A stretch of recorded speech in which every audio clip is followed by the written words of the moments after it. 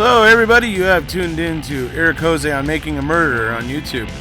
I cover virtually any aspect of making a murderer. I go over the evidence, the documents, the photos. So if you like, stay tuned, and in the future I'll have many more videos besides the one you're about to see. Hello, everybody. How are you today? We are now here today talking a little bit more about some of the recent issues that have, been getting talked about, obviously, right? So I had a few people asking questions on my last video. People that are, there's certain questions people are asking that they're kind of wanting answers to. A few of them, I think, the questions, sometimes the questions actually kind of pick at something that could lead to something kind of bigger, I think, in a way. So one of the things that I was going over here today and last night a little bit was the amendment for third-party liability in the Avery case and stuff. I was reading it and basically kind of getting to grips with Denny a little bit more and what Denny is and everything. And I basically am of the same opinion I was before. Denny is a well-meaning thing.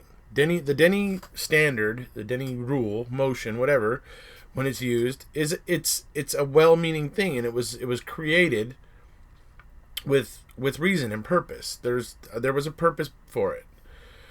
The thing is, though, and this is and I've said this before, but I don't say it a lot, but I've said this before, is that Denny gets perverted when you have a case with a crime that has no motive, as in the Stephen Avery case. Okay? The prosecution clearly is deeming this a crime without a motive, if Stephen Avery did it. Or Brendan. If Stephen Avery or Brendan did it, then it was a motiveless crime. It's bizarre to me. If you're deeming it a crime without a motive, if it was just a random attack, and it was just random, then how can you expect any other suspect to have motive? How does that work? I mean, for me, that's been one of the biggest issues ever since I even heard about Making a Murderer. And when I heard in the 3 or 4 months in, when I heard about Denny and what Denny was, that was one of the issues I had with it. It's like, wait a second, how can you expect the defendant to put up motive when you as the state or the prosecution basically don't believe that there's motive? That it was just random crime. It was a random, murder. Denny in this case, and in other cases, whenever I see, this is what I mean by perverted. If Denny gets used in a case where the prosecution is claiming it's a crime that had no motive, to require the defendant to do that is ridiculous. Invariably, the defendant is going to have a lot less resources than the state to be able to dig up that information about the various suspects. But the point is, to me, is that if you're the state and you're saying that the crime and that you're charging the defendant with had no motive, then I believe it's ridiculous to expect the defendant to have to offer motive. And I think that's where maybe Denny needs to get amended, personally. Because I think that creates a very, very uneven playing field, to be perfectly honest. Yeah. So one of the other things I was reading in there, when I was reading this, amendment to third-party liability thing, it also talked about that Stephen, in order to put up a suspect for third party, to meet the Denny requirement, they have to do it 30 days before the trial begins. Well, the trial begins on February 12th. Okay? 30 days before that, we're at January 12th, 13th, because January has 31 days. So with that means that January 13th, that means that was it. That was a cutoff point. Well, they only received the DVDs, apparently, from Ken Kratz on December 14th. Okay, we're talking literally 30 days that they had, okay, to check this all out. The state had it for 7 months. Right? The state had it for 7 months. How could they have possibly, I mean, it's just, to me, it's amazing that this is able to fly. Because when you also think about it, the other part of it is that you have Veely telling you what was on the CD, and people are trying to act, you hear I got some people that have been messaging me trying to tell me, oh yeah, there's nothing there, blah, blah, blah, blah, blah, it's all, everything that's there, it's on the DVDs or whatever. But the state received the full, everything that came from Detective Veely. All of it. They received it all. They received the CD and the DVDs, the whatever, accompanying reports that came with it or whatever, right? So they were able to pop that CD in and look immediately and see a file that said images from the Dassey computer or whatever. They could open that up and go, boom, oh, there is something in here that could be of interest to us or the defense possibly, right? Because they would know once they see that file, once they open that folder and look at the pictures, they're going to be like, oh, okay, this is significant. But Dean and Jerry didn't get that. Okay, and Dean and Jerry didn't have the limitless resources that the state has. Granted, they're very high power attorneys, and granted, they had some money there that Stephen, was able to pay for his defense. So, they had some money, but nothing on the level of what the state can do. The state, essentially has limitless pockets, bottomless pockets. They can just keep on going until, and investigating and doing whatever they got to do to seal a conviction, which they did. They spent the most money, I think, in a case at that time. They spent the most money like ever on prosecuting Avery than they had ever before. So that tells you that they were throwing all kinds of money at the case. So the thing is, I mean, you think about how hard they were working for this. All the money the state spent to convict Avery. All the wonky stuff that we see with the key and and the bones even and the bullet and all those just weird stuff, no matter where you look in this case. And then you have them holding back this CD that would have led Jerry and Dean right to the substance of what would have helped them overcome the threshold of Denny with Bobby Dassey, which would have then would have pretty much removed Bobby Dassey as a prosecution witness, or they could have probably still called him. But trust me, if the jury knew what was on that computer, and well, let me put it this way: without the jury knowing what was on that computer, they already wanted to review Bobby Dassey's testimony without knowing what was on the computer. I guarantee you that if they knew what was on the computer, they would not put one single speck of credit in anything Bobby said, because they would, like I said, just from watching him testify, something was amiss. Something was, they obviously wanted to go over his testimony again, and that's without knowing what was on the computer. So you can't tell me that what was on that computer, if Dean and Jerry were able to present that, and if they had the time, instead of holding all that stuff for 7 months and then like handing it out with an eyedropper here and there, 1 month before Denny is due. I mean, it shows clear intent. And if the courts are willing to just go look the other way on this and go, oh no, it's fine, it's a sad day in our justice system, let me tell you. Very sad. So yeah, the other matter that I want to talk about today is some of the things that are on the Dassey computer and some questions that have been arising from that. Now, one of the things that is on this drive, or what they have images of, is some parent-child pornography, which is a huge problem. When that was found back in 2006, it should have been reported. By what almost every account is that when the state found that, they should have been reporting that, but didn't. So you got to ask yourself why. Why didn't they?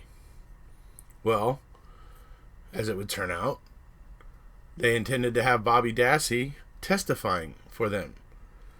They intended to have him saying things to incriminate Stephen Avery, like Teresa was still there when he left and that sort of stuff. And they were trying to bring in testimony through him of a conversation that Stephen was having with a kid named Michael Osmondson. And they tried to say that it happened on November 3rd instead of November 10th, like Michael Osmondson said. So it's very, very, very strange stuff that's going on with this case. And you can't, I mean, honestly, if the jury had known what was on the computer, they would have certainly made their decision regarding Bobby Dassey and whether or not they would have believed his testimony. Here's the other side of it, though. I'm looking at this going, like, why didn't they report the child pornography? Right? If it was there and everything, why didn't they? Well, I actually think maybe that's how they kind of possibly got Barb to be compliant and go along, or bully her into doing what they wanted. If they were using that as leverage against her, saying, look, you know what? Either you play ball and help us get the conviction against Stephen, or, maybe both of your sons end up in prison. Right? And put it to her in that sort of way. Look, as a mom, that would have been a devastating thing for her to consider, and, it would have been horrific. And she may have hoped that the justice system would eventually get it right, and that she could just let them play whatever game they were wanting to play. But the justice system didn't get it right. It railroaded Brendan right along with Stephen. So, but I think that that's possibly, that seems to me a plausible explanation as to why Barb seemed to be, why she seemed to kind of go along with Wiegert and Fassbender, especially seemingly at times when I really wish she wouldn't have. But it would explain it to me that's why, if they were leveraging filing charges against Bobby and getting her to get on board with the, helping to seal the conviction of Stephen Avery, all hush hush, of course, not something that they're talking about openly, but Barb looks helpless, like in that interrogation room when she comes in there and she's talking to Brendan and then she's talking to Wiegert and Fassbender. She just looks beat down and just, worn out from all of it. Think about what it's like to go up against the state, limitless resources, it's they have limitless manpower. Basically, they can just do a lot of things that we as individual citizens can't. So the child porn thing is kind of weird. It's kind of interesting, and like I said, the fact that it's not reported, and then we got the fact that the prosecution, despite what all the lawyers out there are saying, even saying that the fact that the DVDs were handed over, they were handed over a month before, Denny, that's enough. It's a computer hard drive. Think about all so many files that you would need to go through, and folders that you would need to go through, and just everything that you would need to go through on it's not like I said, if you don't know what you're looking for, doing it, what are you going to search for? If you don't know what you're looking for, what are you going to search for? I don't know. This is the thing to me. It wouldn't be an easy process. It would take time. And as we see, the state clearly holds on to it for 7 months. And then 1 month before Denny's due, they go ahead and kind of hiding some of it in with other stuff. I mean, the way they go about it and the pitiful amount of time that they give Dean and Jerry to actually analyze it, and like I said, Dean and Jerry don't get the benefit of the CD like the state got, where the state was able to throw the CD in without having to get any other program or anything. They're able to just put the CD in their computer and look and go, open up a file that says Dassey computer and see a bunch of pictures and go, there may be some things of evidentiary value here. The state gets that, but not the defense. Does this sound like an even playing field here? It certainly doesn't sound like an even playing field to me. This is a rigged game. An absolutely rigged game. So, yeah, it's ridiculous. It's beyond ridiculous.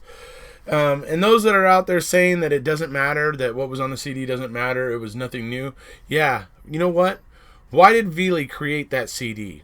I mean, he could have just handed the prosecution the 7 DVDs. Right? He could have just handed them that, right? And then left them, oh yeah, you need NCASE, go ahead and check that out. But that's not what he did. He went ahead and pulled some things off that he figured would be of interest. And made that plain in the CD so that they would know, okay, let's get the program here and go through these things. And let's see what's on these DVDs. But Dean and Jerry don't get that. They don't get... Okay, so the reason why that's important to me is that you've only given Dean and Jerry a month to go through these 7 DVDs, which are basically the picture of an entire hard drive on a computer. You've only given them a month, but you're not only that, they don't have that CD where they can easily go boom, boom, open up a folder and go, oh, we potentially have something of evidentiary value here. We need to tell Judge, Willis, we need a little more time on Denny, or we need an extension, or whatever they could have actually done at that point. But they like I said, it's an uneven playing field. They didn't get what the prosecution got, and the prosecution got it all in a straightforward manner. They did not give it to the defense in a straightforward manner. That's, like I said, you follow the theme of this thing over and over again. The state was trying desperately to hide this. The fact that they were trying to hide this shows that they were trying to protect their witness that they wanted to testify, to place Teresa Hallbach on the scene at 2:45, like he says, that she was still there. I mean, if this computer evidence comes out, or if it was, became admissible through Denny because of a third-party suspect or whatever, right? Third-party liability, then the jury would know about the stuff on the computer, and they certainly would not have believed anything that they heard from Bobby. And that would have certainly changed the, complexion of the case. It would have certainly changed a lot of things about the case, and probably how it would have gotten argued in a lot of ways. Because if they didn't have anybody to actually place Teresa Hallbach there at the time that Bobby says, the case is not, it becomes less convincing. I'm not saying it becomes unconvincing. I'm saying it becomes less convincing. So it's just, and it is already full of wonky, strange, just odd little things about the evidence all over the place in this case. You can say all day that, oh, well, they gave it to him, therefore it's their fault or whatever, right? Well, then, okay, fine, it's their fault. Then it's ineffective assistance of counsel, because dropping this ball was huge. Okay, you hear Jerry saying red letter. This is the red letter day for the defense when he's talking about the vial that in MAM, and you see he's calling Dean Strang. You hear him calling Dean Strang. He's like, oh yes, it's a red letter day for the defense. Guess what else would have been a red letter day for the defense? If we were able to show that Bobby Dassey was a potential third-party suspect, that would have made a huge difference in this case. If the jury would have had reason to believe that somebody else besides Stephen Avery could have done this, then I guarantee you that first preliminary vote where it was, I believe it was 7-3, 7 people for not guilty, 3 undecided, and 2 for guilty. Okay, I guarantee you that initial vote would have pretty much held and would have ended up coming back not guilty. I'm pretty sure it would have, because, like I said, they were already questioning Bobby's testimony. They were asking for the transcripts of it. Okay, they were already questioning it. So, that's kind of, the big question.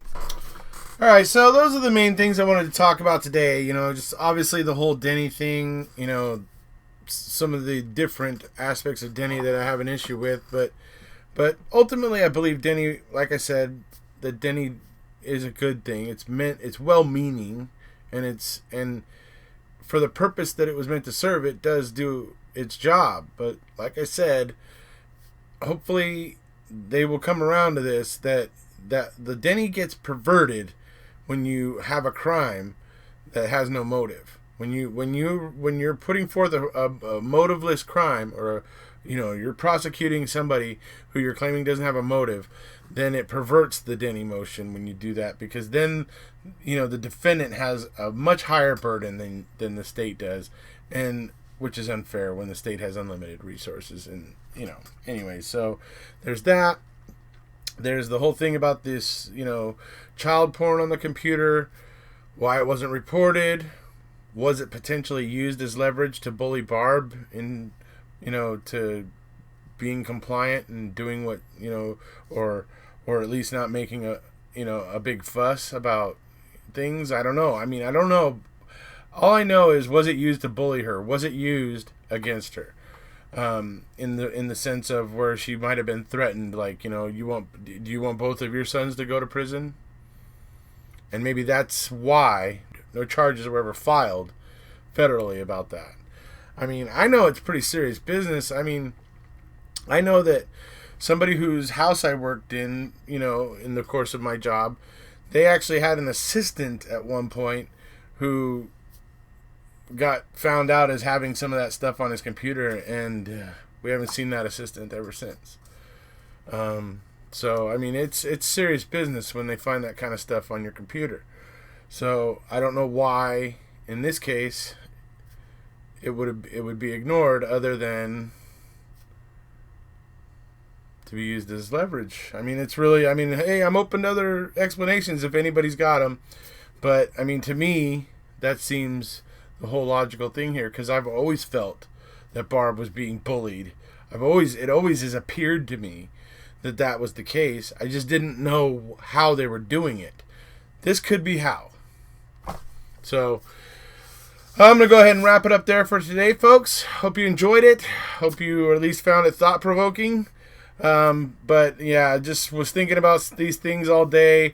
I had some people that were continuing to ask me about the child porn issue, and they felt like it wasn't getting talked about, so I wanted to go ahead and address it.